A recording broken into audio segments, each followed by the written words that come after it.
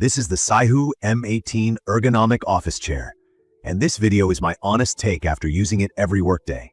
I spend most of my day at a desk, so I'm picky about chairs. I wanted strong lower back support without a racing-style look, and I was curious whether the firm W-shaped seat would help or bug me. I also had doubts about the big and tall label because a lot of chairs use that tag loosely. After putting real hours in this chair, I've got a clear sense of what it does well and what it doesn't. Key features that stood out to me right away are the mesh back, the four-way lumbar support, the cushioned seat with a W contour, a 2D headrest, 2D height-only armrests, a tilt that goes back to around 126 degrees with a tension knob, and a sturdy base with a gas lift rated to about 330 pounds. The back frame is plastic over a steel core. The base feels heavy, and the mesh is a smooth polyester that lets air pass through. The seat is a dense foam covered with mesh, not a full mesh hammock. The idea is to blend breathability with a more traditional cushion. In my opinion, that choice is the defining trait of the M18. If you prefer a soft, plush cushion, this isn't it. If you like a firmer, posture-driven feel, this is closer to what you want. From my experience, the lumbar system is the star. It moves up and down roughly 2 inches and also pushes in and out about 1.5 inches, so I can dial in pressure exactly where my lower back needs it.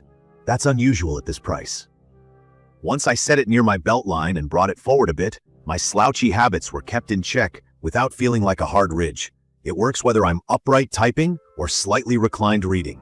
For anyone who's never used a lumbar that adjusts in both directions, the benefit is simple. Up-down targets the right part of your spine, forward-back controls how much push you feel. It's easy to understand and hard to give up once you've had it. The recline has 3 lock positions and a tension knob. If you're new to this, the tension knob changes how much force you need to lean back. Crank it up for more resistance if you're heavier or prefer a firmer lean. Mine arrived a bit stiff, and the knob took a few tries to loosen up, but once set, the motion is smooth. The headrest slides up and down and pivots, which is what most people mean by 2D. When I tilt back, it catches the base of my head nicely, and the curved shape keeps my neck relaxed.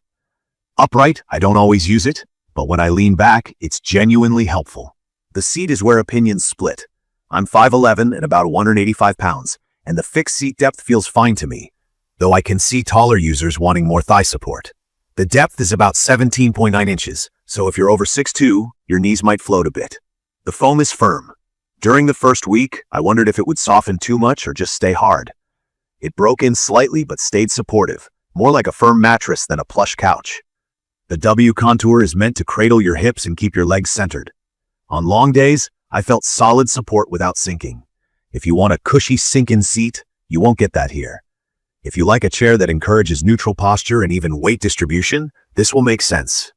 Now the armrests, they only adjust up and down. No forward back, no pivot, no width adjustment. The top caps are hard plastic with a slight scoop, not soft pads. I can make them work by raising them to meet my elbows and keeping my shoulders relaxed, but when I'm typing for hours, I miss the ability to bring them forward or angle them in. I eventually added inexpensive gel pads, and that solved the hardness. It didn't fix the lack of movement, though. If you rely on precise arm positioning, this is a limitation you'll notice. The casters were the most disappointing stock part. They're PU wheels, which should be friendly to hard floors, but mine felt sticky and resisted turning. I swapped them for aftermarket rollerblade-style casters for about $20, and mobility instantly improved. If you have carpet or you roll around a lot, I'd plan for that upgrade. The base and gas lift themselves feel solid. I like that it doesn't creak when I lean back, and the whole chair sits with a grounded feel. The listed weight is around 38 pounds, and it has that reassuring heft when you move it. Assembly was straightforward but not perfect. I did it solo in under half an hour. The instructions are clear enough, the tools are included, but popping the wheels into the base took real force, and a couple of screw holes needed a little persuasion to line up. Nothing crazy, just mildly annoying. After a few months, I did notice a faint squeak from the back area. A quick tighten on the armrest screws and a touch of silicone spray on the moving joints sorted it out. That kind of small upkeep doesn't bother me, but it's worth knowing. Structurally, it's been rock solid.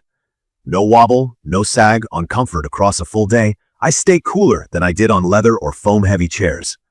The mesh back genuinely breathes, which helps in the afternoon. The seat stays firm but hasn't felt punishing.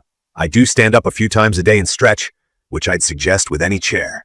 The height range is modest, On my setup, I land around 18 to a little over 21 inches from the floor to the top of the seat, which works with a standard 29-30-inch desk. If you're very short, you may want a footrest.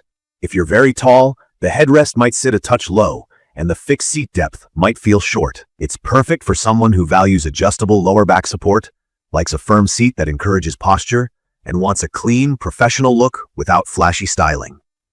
The chair fits best for average to slightly above average body sizes, and it's sturdy enough for heavier users within its 330-pound capacity.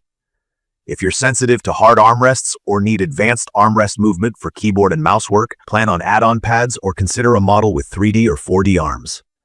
If you love soft cushions, this won't scratch that itch. I'd recommend this for anyone who's battling lower back discomfort and wants real control over where the lumbar hits and how strong it feels. From my experience, that's the single biggest value of the M18. The trade-offs are clear: limited armrest adjustability, a firm seat that won't please everyone, and stock wheels that are just not good. The good news is that the wheels are a cheap fix and armrest pads are an easy add. The bad news is the seat depth is fixed, so if that's a deal breaker for your height, no adjustment will solve it. In my opinion, the SIHOO M18 earns its keep as a dependable posture-focused chair with standout lumbar tuning and a sturdy frame. It's not a luxury throne, and it's not pretending to be one. It's more of a tool that does one critical job, lower back support, really well, while asking you to accept or tweak a few budget parts. In conclusion, if your priority is a breathable back with precise lumbar control, and you're okay with a firm cushion and basic armrests, the M18 is a strong pick, especially if you don't mind swapping the wheels. If you want plush comfort or you need seat depth and multi-directional arm adjustments, I'd look elsewhere. I'm keeping mine because my back likes it, and after a couple of small upgrades, it fits my desk routine. You can view detailed information about the SIHOO M18 Ergonomic office chair in the comments section. Thank you for watching.